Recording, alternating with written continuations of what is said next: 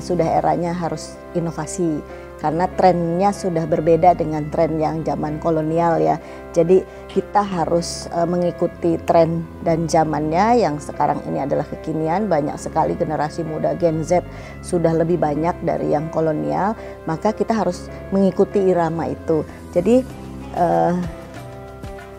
tujuannya supaya bisa terus berkembang kreativitas seni yang seni budaya di Betawi sendiri, tidak hanya punya batik tapi punya tenun-tenun seperti di daerah lain.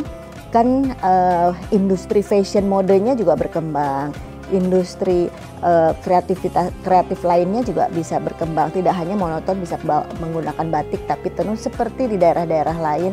Dan khususnya juga kita mempromosikan ke kancah internasional ini punya warna, punya perbedaan.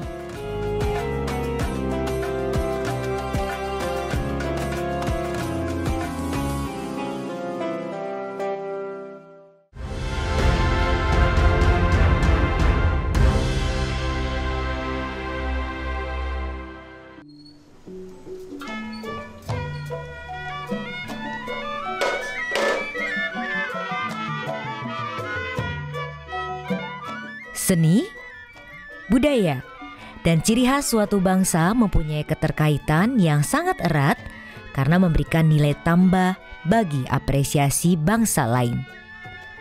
Dengan heterogenitas negara ini, menjadikan kita berbeda dengan negara lain. Negara kita memiliki banyak sekali budaya yang beragam. Oleh karena itu, kita harus melestarikan apa yang kita miliki dengan menjaga segala kualitas dan ciri khas yang kita miliki. Kita harus merangkul budaya kita dengan bangga terhadap budaya kita.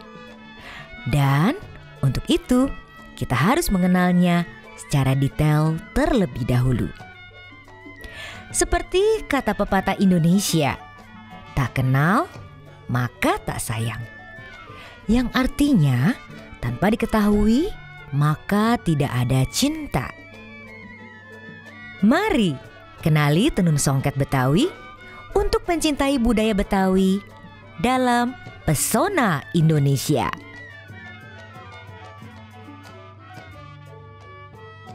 Tenun merupakan warisan budaya tak benda yang dimiliki oleh negara kita, itu Indonesia. Warisan budaya leluhur bangsa Indonesia dari yang ada dari sejak zaman era kerajaan dahulu sampai dengan saat ini masih terus dikembangkan secara turun-temurun, dan mulai dari teknik tenun itu, teknik pembuatan yang masih dipertahankan melalui tradisional yang beragam motif dan teknik. Ya, tekniknya itu yang merupakan ciri khas ya, budaya tak bendanya itu ya. Nah, tenun itu bermacam-macam, bisa dikembangkan dalam bentuk kreasi-kreasi motif, dalam bentuk berbagai jenis kriteria ya tenunan itu. Ada yang double ikat, ada yang jenis motifnya ATBM dan sebagainya. Ada yang jenisnya songket yang dibuat secara melantai, itu juga ya, atau gedokan yang tentunya bukan mesin ya. Keunikannya tenun di Indonesia atau yang kita kembangkan sebagai warisan budaya adalah di samping dari teknik pembuatannya yang sangat tradisional, yang memerlukan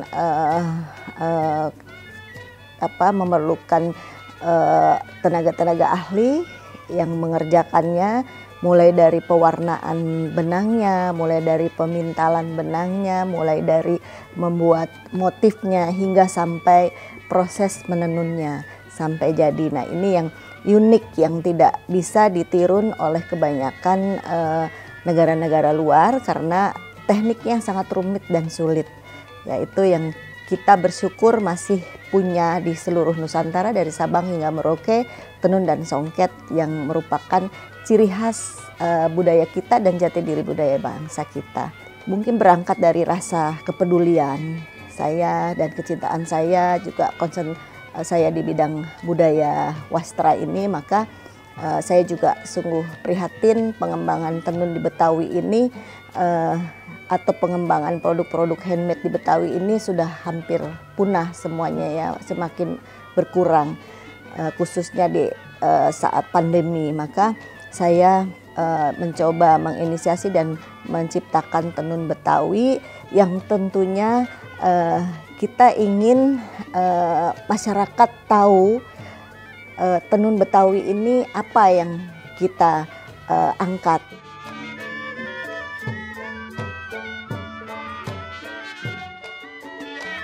Keunikan dari kain tenun tidak hanya sekedar kain yang memiliki songket, tetapi kain tenun juga memiliki makna motif yang ada di dalamnya.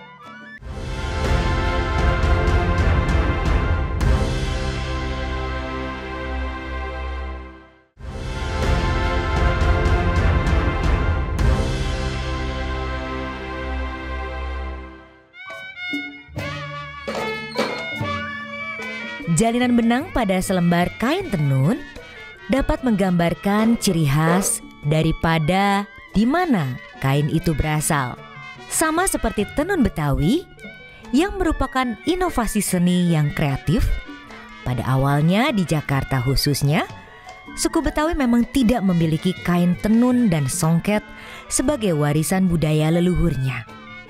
Namun, dengan tujuan agar sebuah budaya terus berkembang, maka kreativitas menghasilkan sebuah ciri khas yang terangkai dalam selembar kain tenun Betawi untuk memperkaya khasanah wastra Nusantara.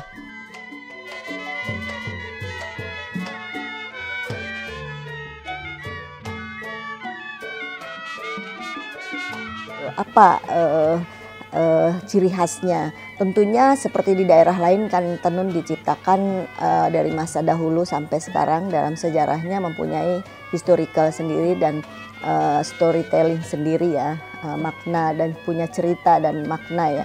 Kita juga saya mencoba di sini menciptakan motif-motif tenun Betawi yang juga melambangkan atau menjadi sebuah simbol ciri khas tetap Betawi yang kita dorong. Karena kalau bicara sejarah itu tidak bisa dihapus, tidak bisa dihilangkan, ditambah atau dikurangi, bahkan harus kita terus perkenalkan, kita kembangkan supaya tetap lestari. Hanya ikon-ikon ini yang harus kita tampilkan di dalam sebuah desain motif tenun Betawi yang ada Monas ya, di situ ada ondel-ondel merupakan ciri khas atau ikon dari budaya di Betawi ini ya, seperti ada Monas, ondel-ondel, sirih kuning ya, dan juga tanjidor dan sebagainya ya, kembang kelapa dan sebagainya. Nah, kita bisa improvisasi menjadi sebuah desain, namun tetap punya cerita dan makna serta filosofi tersendiri karena masing-masing punya cerita, motif, ada lurik ya, jenis lurik yang saya buat kombinasinya ada sentuhan lurik. Nah, yang dimana di sini lurik itu berasal dari kata istilah Jawa yang melambangkan kesederhanaan. Ada unsur motif yang seperti titik-titik seperti air hujan. Ya, itu motif gerimis. Jadi ya, motif jenis gerimis itu melambangkan kesuburan. Motif gerimis dan juga motif Monas karena ini kan khusus kita mengangkat tentang karya cipta tenun songket Betawi. Kalau kita bicara pada motif Monas itu, Monas mengandung makna dan simbol dari kesuburan dan kesejahteraan. Bentuk desain Monas melambangkan cita-cita bangsa Indonesia. Jadi simbol ya, simbol yang selalu berusaha untuk mencapai kesejahteraan dan tingkatan taraf hidup masyarakat secara bersama-sama maupun bergotong royong. Jadi emas, simbol yang ada pada Monas itu kan keemasan. Jadi emas itu simbol kejayaan, ya, simbol juga sebuah kewibawaan. Jadi kenapa ada di Jakarta Monas itu diseram di istana. Nah, ini juga ada cerita-cerita yang memang melambangkan kewibawaan tadi yang harus memang dijaga. Dan juga ada motif yang melekat di dalam desain itu ondel-ondel. Karena ondel-ondel ini khas, pasti semua orang Jakarta akan tahu ya.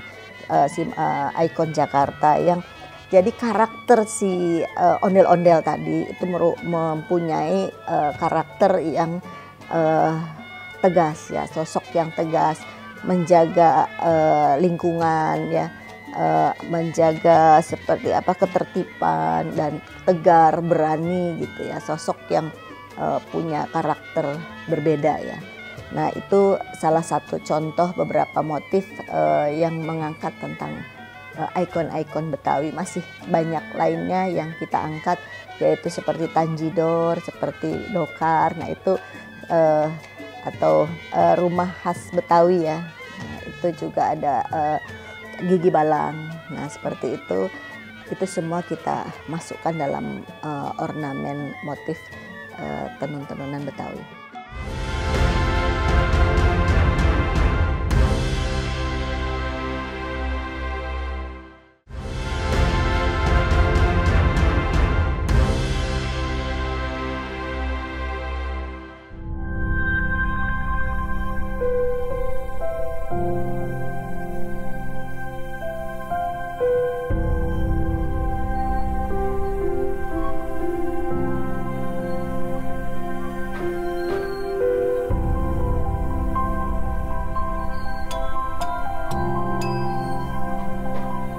Tenun itu ada dua, ada tenun songket dan juga ada tenun ATBM. Itu memang sama-sama tenun, tetapi prosesnya yang beda. Kalau tenun songket itu mempergunakan benang lusi dan juga pakan. Pakannya itu bisa merupakan benang emas, ya, benang berwarna emas yang kalau di Bali disebut benang Banyumas. Itu juga bisa berwarna perak kalau pakannya songket. Bedanya dia sama ATBM adalah di motif. Kalau songket itu benang lusinya itu sudah berisi motif dia. Jadi motifnya itu ada di lusi. Nah makanya saat menenun itu memerlukan suatu perhatian khusus. Seperti ceritanya Bu Ana tadi, prosesnya bukan segampang sederhana begitu. Memang demikian kalau songket itu. Jadi penenunnya itu harus memang mempunyai suatu keahlian khusus menenun, juga harus mempunyai suatu keseriusan dalam menenun. Sedangkan kalau tenun di ATBM yang di Bali disebut tenun endak, itu sama juga mempergunakan benang pakan sama benang lusi. Benang pakan pada umumnya dipergunakan benang katun atau sutra. Katun itu biasanya dipergunakan ukuran 64/2. Kemudian untuk benang lusinya itu umumnya dipergunakan benang 80/2. Nah itu prosesnya berbeda. Kalau di ATBM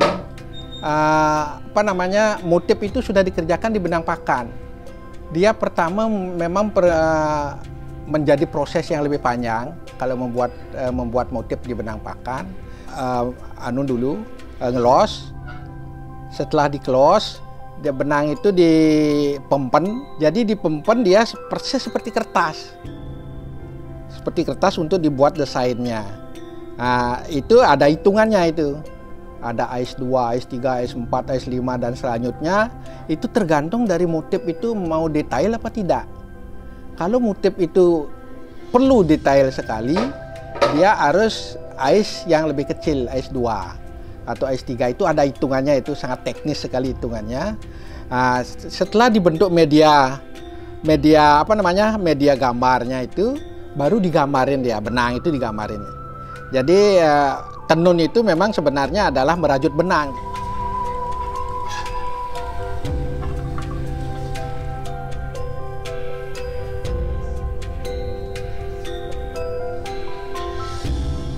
Dari Bali sendiri, alhamdulillah karena memang di Bali ini banyak sekali seniman-seniman yang memang sejak dari turun-temurunnya sudah berkembang sehingga masih bisa membantu dalam hal pengembangan inovasi tenun Betawi ini. Memang tidak instan dan tidak mudah. Kalau kita lihat gampang, ini semua bisa nirun, tapi pada saat pelaksanaannya pasti sangatlah sulit. Tidak seperti kalau kita produk cap atau printing ya. Nah ini juga kita coba menciptakan kreativitas baru, inovasi baru, dan juga sekaligus kita mulai kesadaran kita bangun dari sini dalam hal perlindungan. Ini yang terlemah dari kita dalam hal perlindungan hak cipta dari motif-motif tenun-tenun yang berkembang dari seluruh Nusantara atau Indonesia dari Sabang hingga Merauke, adalah bagaimana menginventarisasi motif-motif yang berkembang dari warisan leluhur sampai dengan saat ini itu belum terlindungi secara hak cipta, secara menyeluruh ya, hanya baru sedikit-sedikit. Nah, ini perlu dorongan dari pemerintah pusat maupun daerah agar bisa membantu pengrajin-pengrajin di daerah dalam hal melindungi hak cipta motif-motif ini supaya tidak hilang atau tidak diklaim oleh negara-negara lain atau orang lain gitu. Nah, kendalanya itu dalam pengembangan pengrajin-pengrajin untuk bisa tidak bisa instan, perlu proses dan waktu.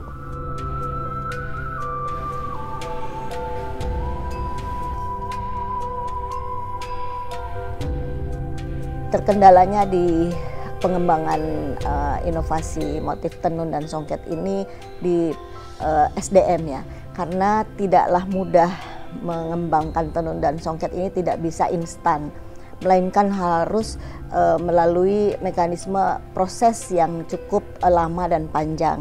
Kita untuk memperkenalkan motif dari yang terbiasa dibuat sampai yang inovasinya inilah yang paling sulit ya untuk mengenalkan atau membuat motif baru, karena ini prosesnya harus dari awal, mulai dari menciptakan warnanya sampai motifnya, memperkenalkan bentuk dari karakter si motif sendiri, itu harus dijiwai atau harus menjiwai bagi pengrajin-pengrajinnya. Jadi kita memperkenalkan itu aja perlu proses, dan perlu kita pengrajin yang khususnya ada di daerah yang belum mengetahui tentang ikon-ikon Betawi, kita harus perkenalkan, harus kita ajak melihat Monas, harus kita ajak melihat fisiknya ondel-ondel, harus kita lihat fisiknya yang namanya kembang kelapa seperti apa, ciri khas budaya Betawi, tanjidor dan sebagainya.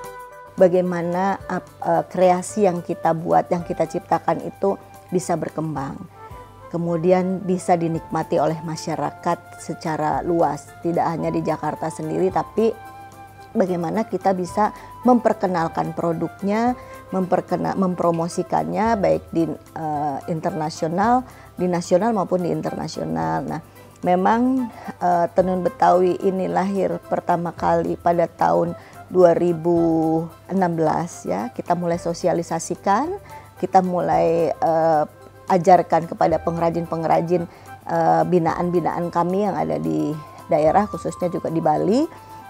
Ini kita coba, yuk kita buat kreasi baru, bantu kami untuk bisa mengembangkan Betawi Jakarta. Bagaimana saya bisa terus mengembangkan budaya ini, mempromosikan khususnya, saya balik. Kalau di Jakarta kan mudah karena itu rumah kita sendiri. Tapi bagaimana saya memperkenalkan, bisa memasarkan melalui promosi budaya. Saya bawa waktu itu memperkenalkan pertama kali ke Washington DC, yaitu ikut DC Fashion Week. Ya, DC Fashion Week di sana, dan pameran produk Betawi saya buat melalui industri kreatif lainnya seperti craft, seperti home dekorasi, tidak hanya sebatas produk fashionnya yang kita pamerkan melalui fashion show, juga produk-produk art yang lainnya kita perkenalkan, dan alhamdulillah antusiasmenya cukup besar karena buat mereka sesuatu yang baru dilihat dan baru dikenal, karena setiap tahun kan ajang ini selalu ada ya, Fashion Week di Amerika itu selalu menunggu masyarakat di sana dari Indonesia hal-hal yang baru.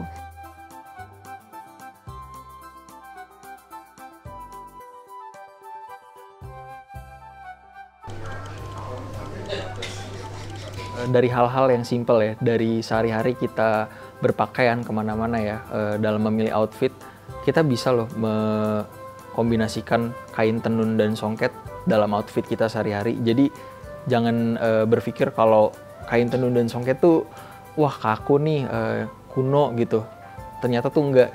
Kita misalnya sehari-hari kita bekerja ke kantor, itu kita bisa menggunakan kemeja yang ada motif tenunnya, dan itu kalau dilihat ternyata itu eye catching dan itu bagus juga gitu loh. Jadi tidak hanya sekedar acara formal aja, jadi acara-acara semi formal pun dan bahkan kegiatan sehari-hari pun juga bisa. Keragaman budayalah yang menjadikan suatu bangsa memiliki jati dirinya. Sebelum kita melestarikan budaya bangsa, tentu perlu mengenal budaya itu sendiri. Apabila sudah mengenal budaya sendiri dengan baik, kita akan lebih mencintai serta menghargai budaya bangsa. Untuk memiliki bangsa yang berkarakter, kita harus memulainya dari diri kita sendiri dengan melakukan hal-hal kecil seperti bangga menggunakan produk lokal, kemudian mengajak orang lain yang dekat dengan kita untuk melakukan hal serupa, dan mempengaruhi orang agar mencintai dan bangga terhadap seni dan budaya kita. Kalau bukan kita, siapa lagi?